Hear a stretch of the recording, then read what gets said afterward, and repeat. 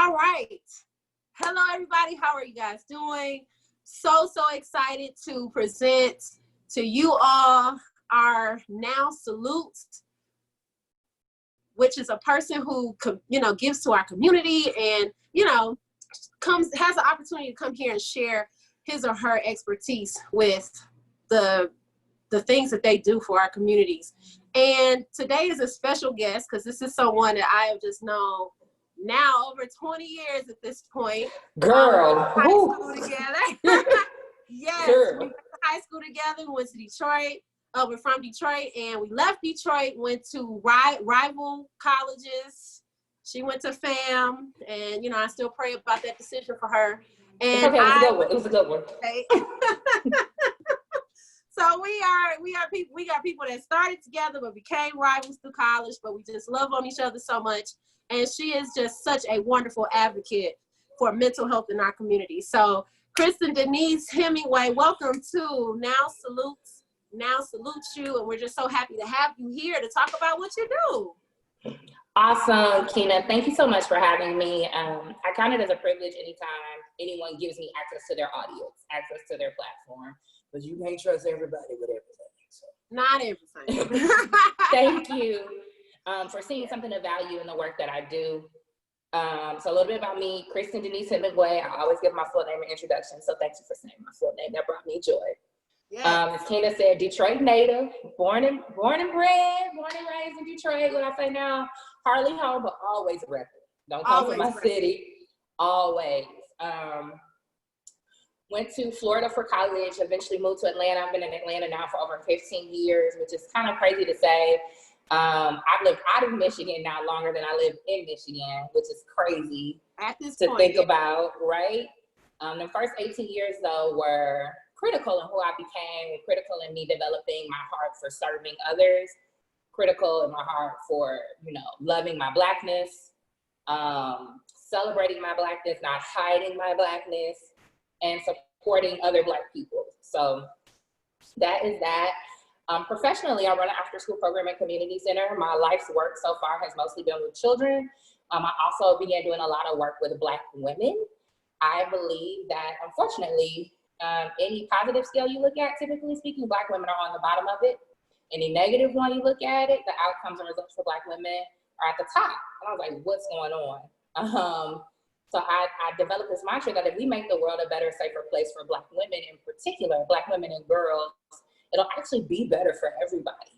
Yes. And so that became my focus. Like, let's make this world safe, equitable, all of that for Black women and girls, because we need it.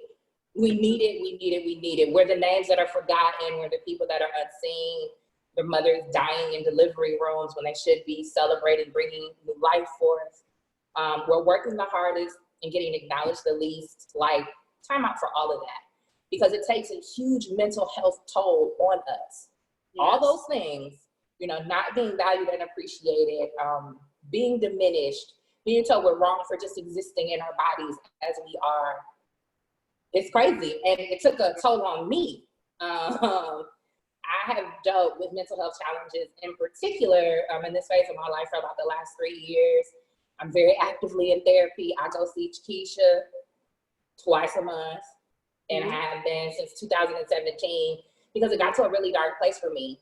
And in that darkness, it was manifesting in my body with these health issues. It was manifesting in my mind with real considerations of suicidal, ideations. And it was affecting every part of my life. Like, if you don't believe that your life is worth living, you won't do the things you need to do with your life. And it started me on this journey of, what does it look like to be healthy? What does it look like to be whole? And what does it look like to present yourself to the world from that space? Because I realized everything that happens with sexism, everything that happens with racism, ageism, every other ism, classism, the point of it is to diminish you so that you can't be in a place of thriving. That's right. That's right. Well, I thank you so much for breaking that down and telling the people who you are. So now we're going to just get your thoughts on pretty much what's going on right now. So in the last 2-3 months, of course, we have started to face this pandemic.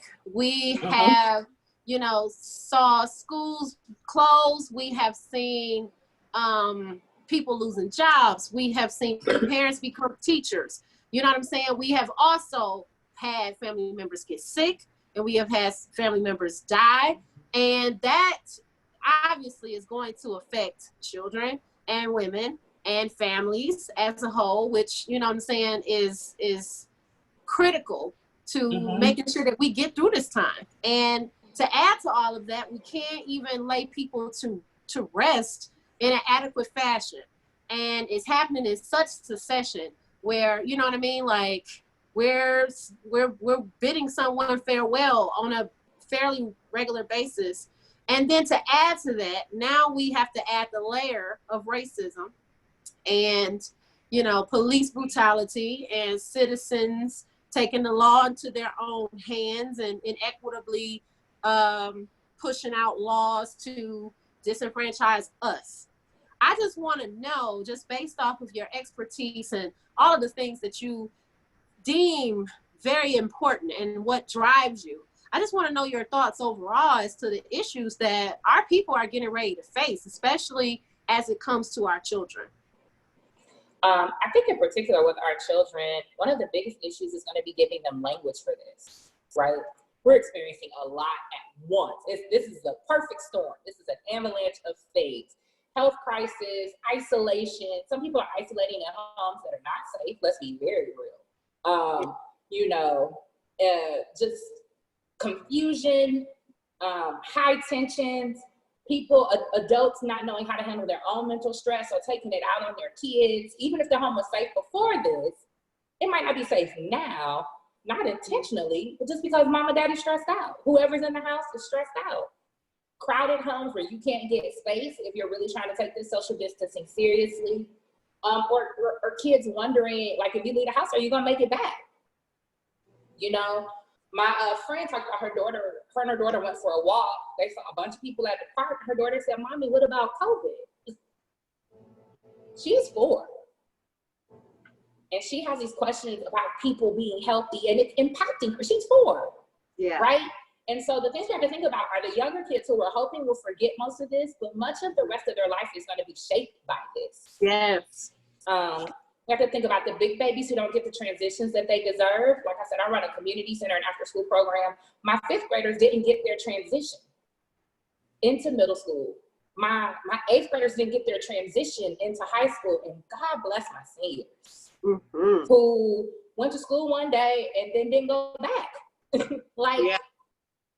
You didn't get to say goodbye to your friends, your teachers. You didn't get the send-off you deserve. And for some people, they didn't know if they were going to graduate or not. And so that celebration, that affirmation that you can do this and you can do what's next, they're missing out on all of it. And you also have to think of the circumstances. Some people were trying to get to the end of high school because they could finally get away by going to college, that many of them are now going to miss out on. That's right. For this first semester. Because let's be very clear, we ain't going right back. We want to think that because it'll make us feel better. But the reality is what makes us feel better will also kill us. Yes. And so we've got to pay attention to that too. So the big thing is going to be giving everybody language for this. Like, we're going to have to do the things that we didn't always do before, which is really discuss how we're feeling and why. Being honest about saying, today I don't even know how I feel. Like using the feelings chart, using the feelings wheel, getting to the underlying issues and the thing that this is bringing you to. One of my concerns, my mom is an essential worker. She works in government in Michigan. She's had to work this entire time. What if I don't get to hug my mother again? The psychological toll of that? Yes. You know, I am fortunate in that I am in therapy. I can talk through these things with a trained professional who can help me with new coping mechanisms if my old ones aren't working. But for those of us who feel like we don't have access, for whatever reason, be it finances, finding a good therapist you can connect to, whatever the case may be, who are you processing those types of thoughts with? Literally, the vast majority of my family are frontline workers. My uncle works in a hospital as a surgical tech. My cousin is a nurse. My uncle is a sheriff over jails. My mom works in city government. You're talking about my closest circle of people. Yeah, at risk. Yeah. Have been working this whole time, are all at risk. I have had panic attacks. I have had anxiety attacks. And I have 2 things that everybody needs. I have strong community who could talk me down at 11 o'clock at night, who could let me call, who understand where I am, because I am very, you don't have to tell everybody what you're dealing with, but you do have to tell somebody's. Don't put it all on one person. Develop a community of support, so that you can process these things together and you can share these things to the point where it's like, my birthday is April 6th, so I had a quarantine birthday. The first time in 39 years that on my birthday, I did not have any form of physical contact with anyone that loved me. There is a psychological toll to that. And if you don't admit what's affecting you and how it's affecting you, you can't work through processing and dealing with it in ways that are healthy. So that's why we all need to develop language around this to say, I'm frustrated, I'm nervous, I'm scared, I'm tired, I'm over it, this is stupid, I'm worried about my mama, about my grandma, I'm grieving and I can't really get through the grieving process because we can't have the funeral, we can't have the wake, I can't travel home to say goodbye because it's not safe for me to get there, I've got to see my loved one be laid to rest via Zoom. Like, that's crazy. It's unheard of. We don't have a map for this, so we have to give ourselves the room and the grace to process through it so that we don't come out on the other side of this with whole bodies and not intact minds. Yes. And I'm so glad that you spoke to that. I mean, I can definitely identify with what you're talking about. My grandmother died of COVID in April. And I mean, she raised me and she was the closest person to me. She made it to 101 on March 31st. I don't know what it is about you Aries, I tell you, but they close to my life and mean a lot to me. And she was my star. And for her to just lose her life to COVID, us not be able to properly say goodbye to her, us not be able to be together as a family. You're right. Like, I know at some point I'm going to have to sit down and really try to process that. And for you to let us know, have a strong community around you. Make sure that there are people that's okay with taking phone calls at the middle of the night. Because those middle of the night calls with my best friends have gotten me through a lot of grief with this and being able to process it. But also just being okay with the language. Being okay with saying that I'm sad. I am missing her. I, don't feel like talking to y'all today. Whatever it is. Being okay with that language and us developing that language together, I think is very, very important. And I also want to raise up the idea that you're letting people to know that it's okay to be fine with your feelings, to listen, raise them real to the top and embrace them. Right. And so when I tell people, because feelings can trick you up now, I ain't gonna lie, feelings can mess you up in the game, right? So feelings are real. Feelings should be acknowledged, but you don't make decisions based on feelings. There we go. Right? So you can say, I'm mad right now. Like, COVID is making me mad. The fact that it's Black people dying left and right, making me mad in these states. I'm in Georgia. Georgia said, to hell with the people who are dying because it ain't the white people. So we're going to open up and do what we do. So I'm mad about that. I'm mad that I have underlying health conditions. So as you do this, it puts me more at risk when I do have to leave my house to do something. That's right. So I'm mad that people aren't taking this stuff seriously. And then on top of all of that, you have police brutality still going on. You got people trying to exercise white privilege. You had that fool in the park in New York who intentionally wielded her whiteness to try to harm another person. And then you had this idiot in the gym in Minneapolis, like, yes, you deserve to be here. I'm pissed the hell off. Yes. And I can say all of that, but I don't make decisions in any of that. Yes, that's right. So let me ask you this question. In terms of therapies for children, and knowing that that's your area of expertise, what are your thoughts about play therapy, or what other things can parents virtually provide to help their kids cope through these things? So the cool thing about COVID-19 is that therapists who didn't do virtual sessions before, everybody do virtual sessions now. Mm-hmm. Okay? My personal favorite for finding a therapist as a Black person is Therapy for Black Girls, because she has a listing of Black female therapists. And you can go through there and you can find their areas of expertise. So some of them deal specifically with child and adolescent therapy. And you can do virtual sessions with that. You can see what your community is offering. Communities are offering a lot of things because we know our babies are hurting. You can see what the school system is still offering, even though it's summer, because they recognize our babies are hurting and we want whole kids back in the classroom, right? Mm-hmm. You can give your children, a lot of times, I see this more in other communities. I see it now somewhat in Black communities, but I want to see more of it. Giving your children free reign to just talk. Yes.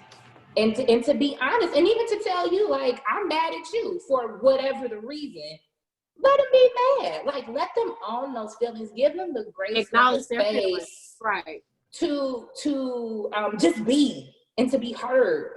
Most people in all of this, the biggest thing we can do for anybody is hear them out and not try to change what they're saying. Just acknowledge that it's a real thing for them right now. Some of the worst things you can do is tell people not to feel the way that they feel. Mm-hmm. One of the things that was happening a lot at the beginning of this, people, it's not that hard to stay in the house. It's not that hard to sit down. It's not that hard. You know what? For me, it actually was that hard. My depression and my anxiety don't take a break because of the pandemic. I wish it did. It would be nice to put that on the show, but just deal with one thing. But that's not how it works. And what happens is, as we continue that language of it's not that hard, it's not that difficult, it's not that bad, we diminish that other person because they start to question themselves. Well, if it's not that hard, why is it so hard for me? Is there something deficient in me? Is there something wrong with me? No, that's not the case. And we have to be careful of the language that we use when people are being honest and expressing themselves, because we don't want to put them in a position where they don't think it's a safe space to do that. And then they're trapped in these cycles in their minds that can end up being very unhealthy.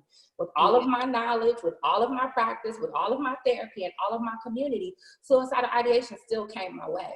Yes. So what happens for the person who doesn't have all of those resources? I'm privileged. I'm super privileged in that I acknowledge it. That I am privileged in all of this. Yes. But I'm constantly thinking about the people who don't have the same resources. So getting your kids a journal, and if you can't handle them saying certain things to you, let them write it out. And then you too can respond in writing. And give yourself a chance to process what they're saying and really hear what's going on and knowing how to ask questions, because you want the best for them. You want them to be well, you want them to be whole. Sometimes in the moment, it's hard to express that because you might feel attacked as a parent. You're like, I'm trying to still work and feed you, and I'm a teacher now, and all this stuff I didn't sign up to be, and you're being ungrateful. No, they're not. They're expressing how they're processing through this hard time just like you. And so you both need the grace in that. So figuring out the communication process that works is critical. If it's writing, if it's drawing, if it's coloring, if it's going for a walk where you can both be quiet until they're ready to talk, do that. If it's let's make some tea and we could sit here and have, we could spill the tea. Like, make it cute, make it fun. Yes. Build community for them virtually. My niece is doing a makeup launch. She turned 9, and for her birthday, she wanted to launch business. And that's a part of how she's processing through this. So she's doing like a skincare launch. I'm gonna be there front and center. Give them the celebration that you can give them, regardless of if it's not the one you wanted to give them. That's another really good thing. Giving them, my friends have done Zoom play dates with their kids or FaceTime play dates. Like, use the resources that you do have to give them the space to process, to grieve, to connect with the people that they miss.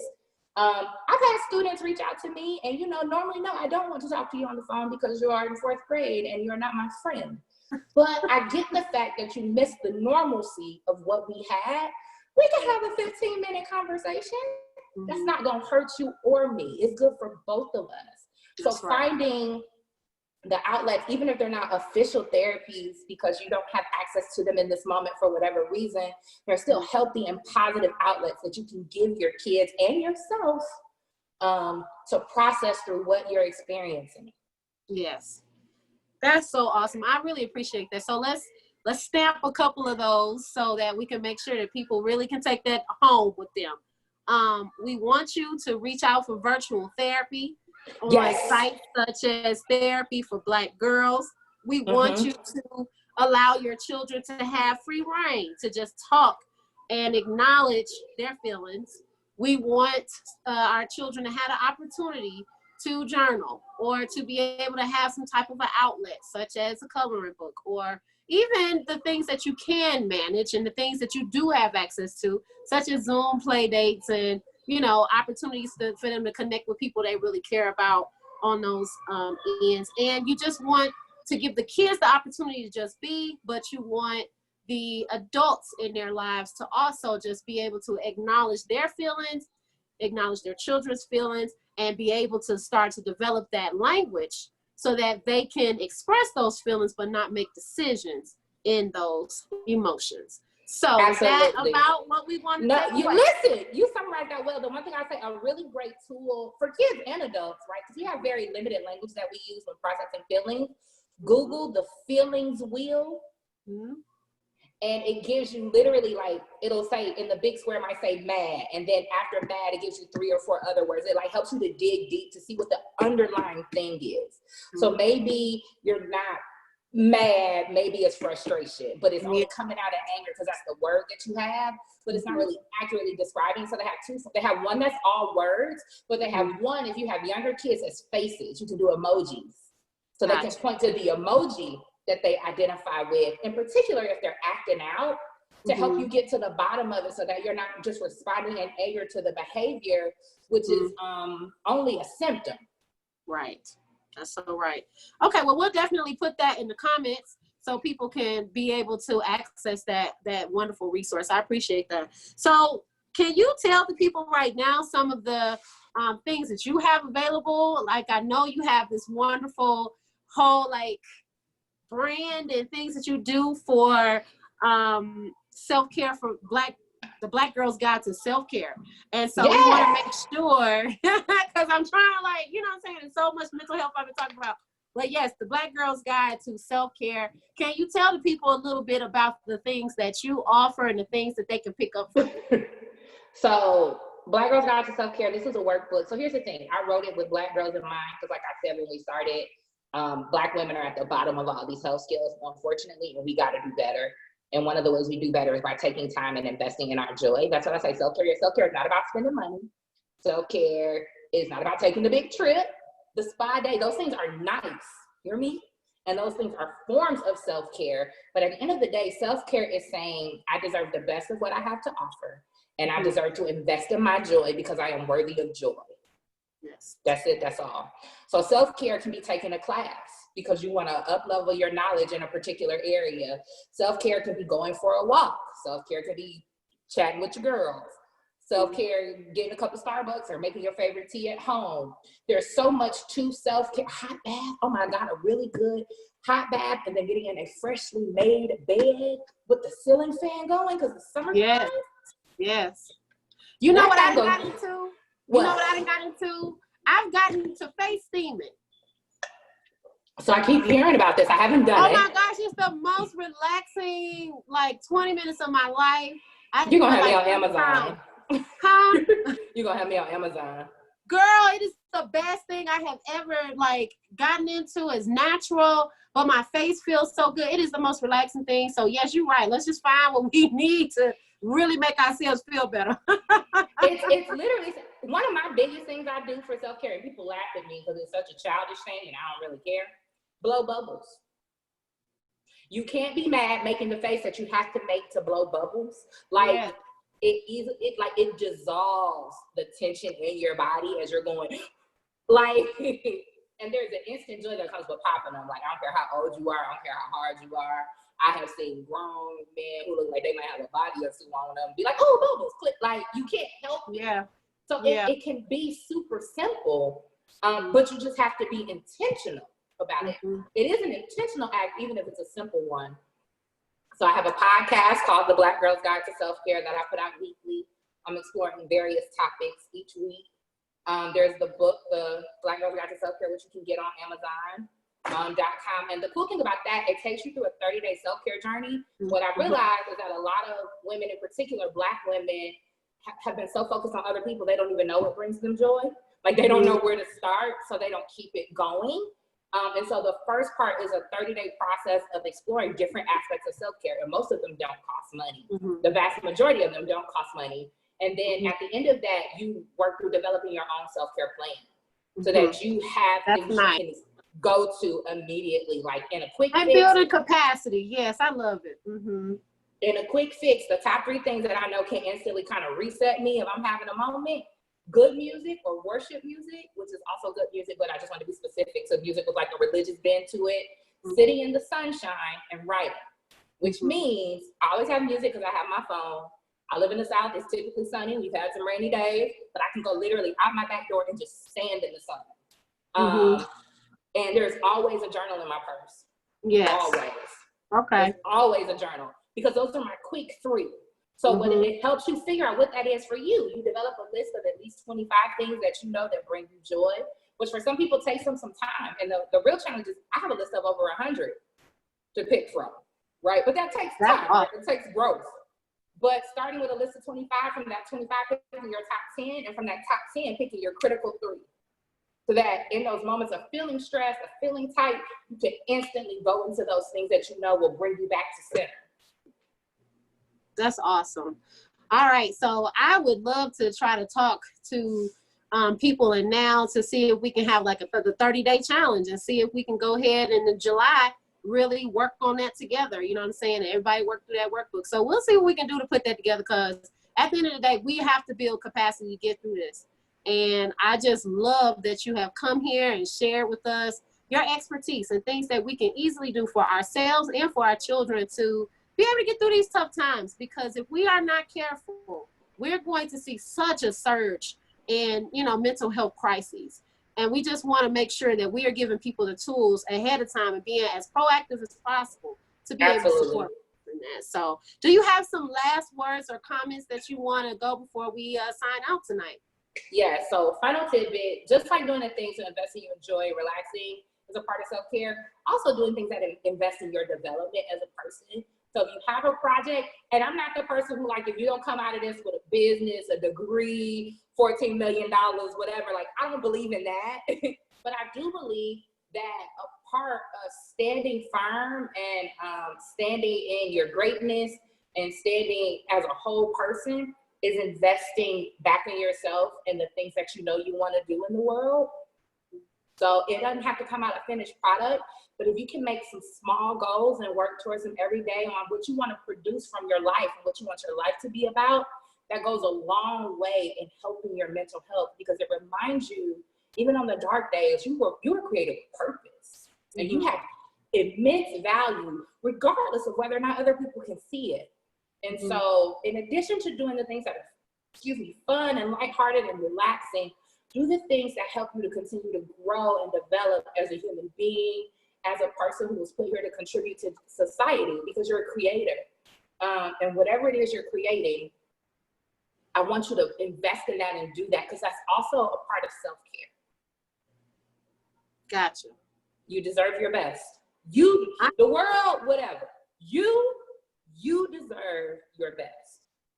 And we're going to close on that. You deserve your best. So thank you so much, Kristin, for coming and talking to the people and sharing with the people some things that we can do to get through this. How can people reach out to you and connect with you on social media? So the easiest way would be the Instagram page, which it's Black Girl Self-Care Revolution. I'm sorry, it is so long. But Black, BLK, Girl, GRL, and then Self-Care Revolution. I will also make sure you have it in writing so it can be put up with everything else when this is done. So that's the easiest way. Slide into my DMs. I check them. And let's continue to grow together. Let's continue to build. And you can also listen to the podcast. It's weekly offerings on the things that matter to us. My most popular episode is Routine Success. So go back to January, check out Routine Success. I talk about things like developing plans for how you want to move forward. What does it look like for you to thrive? Because that's what you really have to ask yourself. What does thriving look like for me in this season? And then daily taking steps to get yourself there, because thriving is still possible. Well, let me tell you, my favorite episode is the mental health one that you did, because you were just so open and so vulnerable, and you just spoke to so many different things that people can identify with. You know what I'm saying? And because we have dealt with so much racism and just seeing so much violence and so much you know, just angst and, you know, just all of those things against us just simply for being. That was such a comforting episode to be able to hear your vulnerability and be able to, you know, feel like my feelings matter. I need to go ahead and just acknowledge them and then figure out the best way to get out of them and not make any decisions based on them. And I feel like out of those, I can tell that is definitely the hallmarks of your practice, because it definitely came out in that episode. And that's definitely my favorite episode. But y'all check out that podcast. Check out that podcast. She is definitely going to help get you together, help you get your kids together. So, Kristin, thank you so much. 39 options. 39 options. And so you got time. You got time. If nothing else, you got time. You got some time. But I want to thank you for coming. Thank you so much for supporting now. And we are going to put this out. And if you have any questions for her, definitely hit her up with Kristin Denise on Facebook. So thank you so much. And that is the Black Girl's Guide to Self-Care. We will talk to you soon. Now, salute you, honey. Thank you for everything that you do for our community. All right? Thank you for having me. Bye, Absolutely. everybody. Bye, friends.